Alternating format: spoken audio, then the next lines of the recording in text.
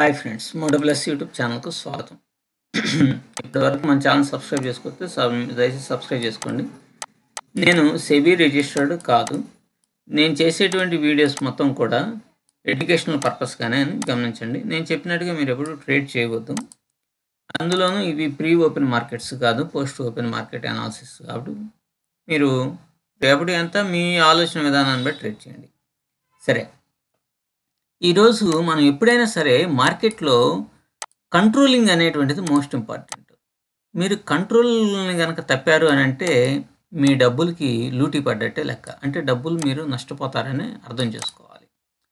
For ఎగ్జాంపుల్గా మీరు బాగా గమనిస్తే అసలు ఈరోజు మార్కెట్లో నేనైతే ట్రేడ్ అయితే తీసుకోలేదు.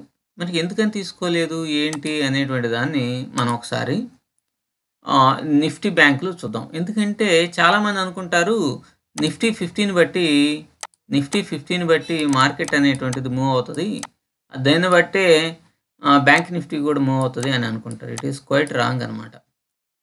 కావాలంటే ప్రొఫెషనల్ ట్రేడర్స్ బాగా తెలిసినటువంటి వాళ్ళు ఎవరైనా ఉంటే వాళ్ళని అడగండి, క్వశ్చన్స్ చేయండి. బ్యాంక్ నిఫ్టీ అనేటువంటిది, bank Nifty is the king in trading అనమాట. ఈ బ్యాంక్ నిఫ్టీని మిగతా వాటిని లీడ్ చేస్తూ ఉంటుందని గమనించండి. నేను చెప్తే అబద్ధమని అనుకుంటారు. నా దగ్గర అంతా ఇన్నోవేటివ్గానే నేను చెప్తాను, వాస్తవాలు తెలుసుకోండి. సరే, ఇక పాయింట్లోకి వెళ్తే మీకు మార్కెట్ అనేటువంటిది ఎస్టర్డే క్లోజింగ్ ఎక్కడైంది? ఇక్కడైంది 52,129 దగ్గర క్లోజింగ్ అయిందనమాట. So 50,139 closing price. దీని మీద పెడితే వస్తుంది, ఇక్కడ వస్తుంది. క్లోజింగ్ ప్రైస్ 139 దగ్గర క్లోజ్ అయింది. సో ఈరోజు అసలు ఓపెన్ ప్రైస్ ఏంటో చూద్దాం.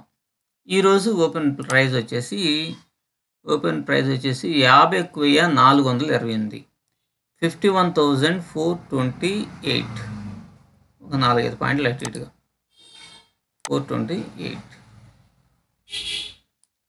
51,428. సో ఏడ క్లోజ్ అయింది. సరే, మీకు ఇక్కడ ఈ గ్యాప్ అనేటువంటిది ఉంది కదా.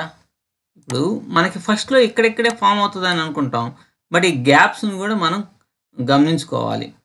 సో ఇంత డౌన్కి వెళ్ళింది కాబట్టి అసలు ఈ గ్యాప్ని ఫిల్ చేస్తుందా లేదా అనేటువంటిది మనం అప్పటికప్పుడు చార్ట్ని అనాలిసిస్ చేసుకుంటాం. ఈ గ్యాప్కి వేరే కలర్స్ నేను పెడతాను. ఇక్కడ గ్యాప్ అనేటువంటిది ఉంది. ఎప్పుడైనా సరే గ్యాప్ని అది ఫిల్ చేస్తుంది అనమాట. ఎల్లో పెట్టాను, ఇక్కడ ఉన్నటువంటి గ్యాప్ ఎలా పెట్టాను. సో ఇప్పుడు ఏమవుతుంది? ఇప్పుడు నేను చాలాసార్లు చెప్పాను, ముందుగానే మార్కెట్ని ప్రిడిక్షన్ చేయకూడదు. మార్కెట్ ఓపెన్ అయిన దాన్ని బట్టి మనం ప్రిడిక్ట్ చేయాలి. అప్పుడు మాత్రమే మనం ఎంట్రీ అనేటువంటిది ప్లాన్ చేసుకోవాలన్నమాట. అంతేగాని ముందుగానే ఏడాదాకా వస్తే ఇక్కడ నుంచి 15 నిమిషాల క్యాండిల్ పెడితే బై చేస్తాను, ఇక్కడ నుంచి బేరిష్ క్యాండిల్ పెడితే సెల్ చేస్తాను, అది కూడా 15 నిమిషాల్లోనే ఉండాలి అనే కోణం కాదు. మనం మార్కెట్ ఓపెన్ అయిన తర్వాత మన రియాక్షన్ ఏంటి అనేటువంటిది మోస్ట్ ఇంపార్టెంట్ అనమాట. సో ఇక్కడ ఇదైంది కాబట్టి ఇది. ఇప్పుడు నేను లోయర్ టైం ఫ్రేమ్కి వెళ్తున్నా. లోయర్ టైం ఫ్రేమ్కి వచ్చేసిన తర్వాత మీరు చూడండి, మార్కెట్ ఎగ్జాక్ట్గా ఆ లైన్ని, ఆ గ్యాప్ని టచ్ చేసేసి పైకి వెళ్ళింది అనమాట. కానీ టచ్ చేసేసి పైకి వెళ్తుంది కాబట్టి మనం బుల్లిష్గా సైడే ఉందాం, బై చేయొచ్చు అని అనుకోవచ్చు. ఇది యాక్చువల్గా ఇక్కడ ఏదైనా బుల్లిష్ క్యాండిల్ వేసింది కాబట్టి ఇక్కడ నుంచి వెళ్ళేసేసి దీన్ని టచ్ చేసేంత వరకు మనం ట్రేడ్ అయితే చేయొచ్చు. కానీ మార్కెట్ అనేటువంటిది 1000 పాయింట్స్ పడినప్పుడు సాహసంతో కూడుకున్నటువంటి ట్రేడింగ్ ఎప్పుడు కూడా చేయకూడదు అనమాట. గుర్తుపెట్టుకోండి, ఎక్స్పెక్టేషన్స్తో కాదు. ఒక ప్రొఫెషనలిజంగా మార్కెట్ అనేటువంటిది 152,139 నుంచి ఈ లోకి ఎంత వచ్చింది? 278, అంటే దగ్గర 900 పాయింట్లు పడిపోయింది. 900 పాయింట్లు పడ్డప్పుడు ఒక బుల్లిష్ క్యాండిల్ ఇచ్చేసి మరలా వెంటనే అది రియాక్షన్ ఇక్కడ అంటే స్ట్రెంగ్త్, బయర్ స్ట్రెంగ్త్ ఎక్కువగా ఉండకపోవచ్చు. కోర్స్ ఇక్కడంటే దాదాపుగా చాలా పాయింట్స్, 500-600 పాయింట్స్ దాకా పెరిగింది. కానీ దీన్ని పెరిగిద్దిలే, ఇది ఎంత పడింది కాబట్టి పెరిగిద్దిలే అని మనం కనుక సిఈ సైడ్ కనుక వెళ్తే ఒక్కోసారి ఏంటంటే ప్రాబబిలిటీ అనేటువంటి తక్కువగా ఉంటుంది. సక్సెస్ ప్రాబబిలిటీ ఇట్లా ఎంత 1000 పాయింట్స్ దాకా పడినప్పుడు సక్సెస్ ప్రాబబిలిటీ సిఈ వైపు కొద్దిగా తక్కువగా ఉంటుంది. అదే కనుక మీరు కనుక మార్కెట్ అనేటువంటిది ఎక్కడెక్కడైనా క్లోజింగ్ ప్రైస్ నుంచి ఒక 100-200 పాయింట్లు ఇక్కడే ఫామ్ అయింది అనుకోండి, అప్పుడు మనం ఏదైనా సరే రియాక్షన్ అనేటువంటిది తీసుకోవచ్చు అనమాట, పొజిషన్ అనేది తీసుకోవచ్చు. ఇట్లా ఈ గ్యాప్ అప్ అయింది, ఒక 200 పాయింట్లు పెరిగింది. అప్పుడు మనం అనుకునేటువంటి అనాలిసిస్ ప్రకారం పొజిషన్స్ తీసుకోవచ్చు. కానీ 1000 పాయింట్స్ పడింది అని అంటే మాత్రం దాదాపుగా ట్రేడింగ్‌కి ఆ రోజు దూరంగా ఉండటమే చాలా అంటే చాలా ఉత్తమమైనటువంటి విషయం అనమాట. ఎందుకంటే ఒక్కోసారి మనం ఇక్కడ ఎంట్రీ తీసుకోగానే బులిష్ క్యాండిల్ పడింది ఎంట్రీ తీసుకోగానే అది వెంటనే వచ్చేసేసి అంటే స్ట్రెంత్ అనేది ఉండదు. దాన్ని పెంచడానికి ప్రయత్నం అనేటువంటిది జరుగుతది. అయితే ఇప్పుడు ఫామ్ అనేది ఇక్కడ క్యాండిల్స్ ఇట్లా ఫామ్ అయినాయి కాబట్టి పైకెళ్తుందిలే అన్నట్టుగా మనం తీసుకుంటామేమో గానీ ఇది రాంగ్ అనమాట. ఆ రోజు పూర్తి స్థాయిలో మనం ట్రేడింగ్‌కి దూరంగా ఉండటమే చాలా అంటే చాలా ఉత్తమం అనమాట. కాబట్టి ట్రేడింగ్ చేయలేదు, దీనివల్ల నష్టం ఏముంది? మనం పోయేదేమన్నా ఉందా? ఏం లేదు. రేపు ఉంటుందిగా మార్కెట్టు.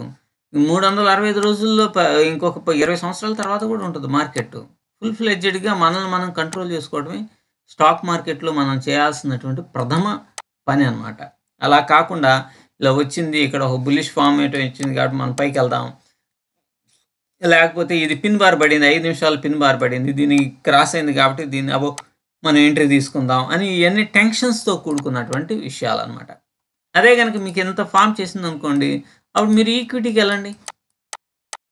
ఈక్విటీలో చిన్నయి అంటే మనకి ట్రేడింగ్ చేయాలని చేతులు గుల్లగా ఉన్నాయనుకోండి, అప్పుడు ఈక్విటీకి వెళ్ళి ఒక 20, 30 స్టాక్స్ ఏదైనా వాటిలో మీ ఏదో ఒక స్ట్రాటజీ ప్రకారం కొనుక్కోండి, అమ్ముతా ఉండండి.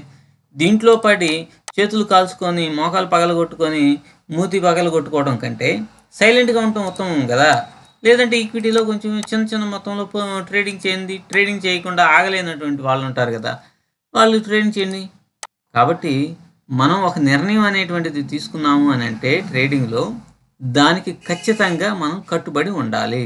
లేదంటే మాత్రం మనకి చాలా సమస్యలు ఎదురయ్యి నష్టాలు వచ్చేటువంటి అవకాశం చాలా అంటే చాలా ఎక్కువగా ఉంటుంది. సో, ఈ వీడియో మీకు నచ్చిందనుకుంటున్నాను. నచ్చితే మీరు సబ్స్క్రైబ్ చేసుకోండి. కొంచెం లైక్ చేయండి. కొద్దిగా ఛానల్‌కి పాపులారిటీని తీసుకొని రావడానికి ప్రయత్నం చేస్తారని నేను భావిస్తున్నాను. Thank you very much.